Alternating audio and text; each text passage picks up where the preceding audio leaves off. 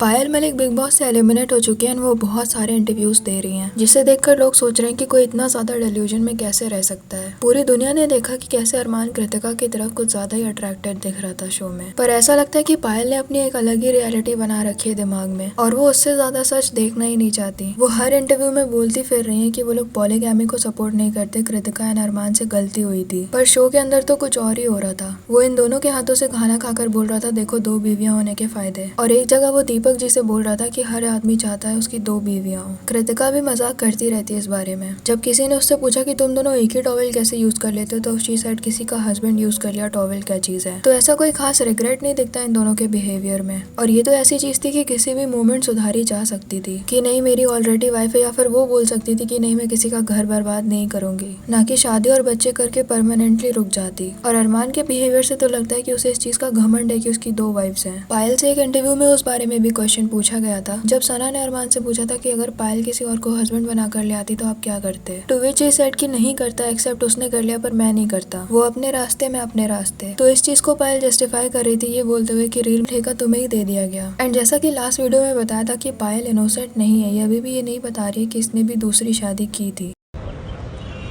राहुल जिसे शादी किया पायल ने, तो मेरी सारी प्रॉपर्टी छोड़ो, मेरा बच्चा भी ले गया। ये अपनी क्या इमेज बनाने की कोशिश कर रही है ना कि ये बहुत बेसहारा हो गई थी इसलिए इसने एक्सेप्ट कर लिया सब कुछ, पर ये है बिल्कुल सीधी और इसे बिल्कुल समझ नहीं आ रहा कि इसके साथ क्या गलत हो रहा है। पर जैसे ही कोई इंटरव्यू लेने वाला इससे डायरेक्ट क्वेश्चन पूछता है जिसमें इसको ऑब्वियस आंसर देना होता है अपने रिलेशनशिप के बारे में, तो ये बात ही पलट देती है या फिर इनोसेंट बनने की कोशिश करती है कि नहीं दिखाया गलत जा रहा है पर ऐसा नहीं है, वरना अगर दिखा देगी कि इसके पास दिमाग है ये डम नहीं है तो लोग पूछेंगे ही कि क्यों हो इस रिलेशनशिप में, और साफ साफ तो बोल नहीं सकती कि इस रिलेशनशिप की वजह से ही सारा यूट्यूब का करियर टिका हुआ है, इसीलिए अब खुद ही की कई बातें काट रही है। बिग बॉस में जब किसी ने पूछा था कि तुम्हारी दोस्त ने तुम्हें धोखा दिया तो तुम्हें कैसा लगा, तब शी स्टार्टेड क्राइंग कि मुझसे वो शादी तो देखी ही नहीं गई। खुद के मुंह से नहीं बोलना बट लोगों को लगना चाहिए कि ये विक्टिम है। अच्छा घर से बाहर आते ही सारे वायरल क्लिप्स देख लिया और उनका जवाब भी दे दिया अपने हिसाब से, पर अरमान की फर्स्ट वाइफ वाली जो क्लिप वायरल हो रही है, अरमान की जो शादी हुई थी 17 साल की एज में हुई थी, उन दोनों की नहीं बनी, वो दोनों अलग हो गए। या फिर अपने सेकंड हस्बैंड वाली क्लिप नहीं देखी, क्योंकि अगर उस पर बात होगी तो ये विक्टिम नहीं दिखेंगी ना। देवोलीना भट्टाचार्य ने इन लोगों के अगेंस्ट ट्वीट किया था कि रियलिटी शो में इन लोगों को क्यों बुलाया गया है, इससे गलत चीजें प्रमोट हो रही है, बिग बॉस का स्टैंडर्ड गिर चुका है, देश में यूसीसी लागू होना चाहिए, जिस पर पायल ने ये रिप्लाई दिया। देवोलीना जी मैं आपसे यही कहना चाहती हूँ, सबसे पहले आप ये देखिए कि आप कितनी क्रिटिसाइज हुई है आपकी शादी को लेके। जब आपने एक मुस्लिम गाय से शादी करी थी तो आप लोग भी बहुत ज़्यादा आपने ट्रोलिंग का सामना किया था। तो मैं यही कहना चाहती हूँ, जब हम आपकी लाइफ के लिए कुछ नहीं बोल रहे, लाइफ के बारे में कुछ नहीं बोल रहे, तो आप भी कोई ऐसा राइट नहीं रखते हो हमारे रिलेशनशिप या हमारी लाइफ के बारे में बोलने के लिए।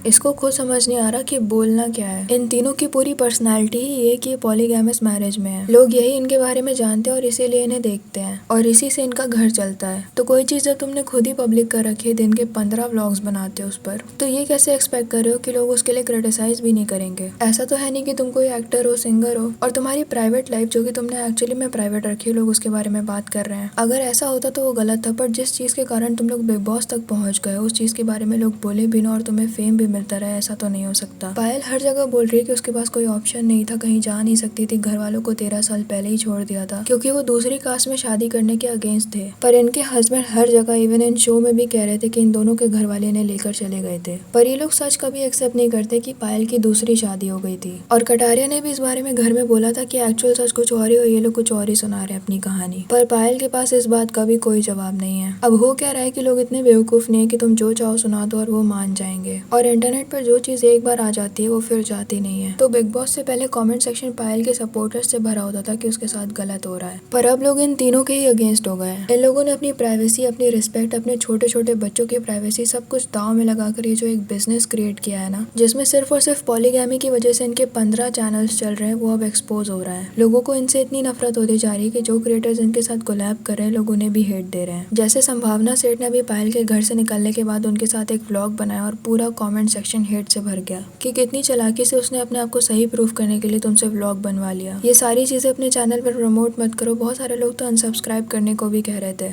अब ऐसा जरूरी नहीं है कि इनके व्यूज कम हो जाएंगे अचानक से, क्योंकि ऑडियंस तो हर चीज की है, चाहे नेगेटिव कंटेंट हो या फिर पॉजिटिव। पर अब तक कुछ लोगों के लिए पायल इनोसेंट थी। कुछ लोग इनके व्लॉग्स देखकर कन्विंस हो गए थे कि ऐसे रिलेशनशिप्स भी चलते हैं, ये लोग सही हैं। पर अब बिग बॉस के बाद वो सोच काफी लोगों की चेंज हो चुकी है, या फिर इनके सब्सक्राइबर्स से अलग जो नई ऑडियंस ने इन्हें देखा वो ये सारी चीजें डाइजेस्ट नहीं कर पाए। इनके सब्सक्राइबर्स के दिमाग में तो इन्होंने अच्छे से डाल दिया था कि हम तीनों बहुत इनोसेंट है, हमारे बीच बहुत प्यार है और यही हमारा पूरा कंटेंट है। अभी भी पायल वैसे ही एक्ट करने की कोशिश कर रही थी। किसी इंटरव्यूअर ने पूछा कि अरमान शो में आपके साथ कम नजर आते थे, कृतिका के साथ ज्यादा, to which she said this. क्योंकि जो हमने देखा 24 आवर्स लाइव में भी देखा और हम एपिसोड्स भी देखते हैं, हमें लगा कि अरमान जी और पायल कृतिका के बीच में केमिस्ट्री थोड़ी ज्यादा अच्छी है। इसकी क्या वजह हो सकती है? इसकी ये वजह है क्योंकि मेरा और अरमान जी का बहुत ज्यादा स्ट्रॉन्ग बॉन्ड है।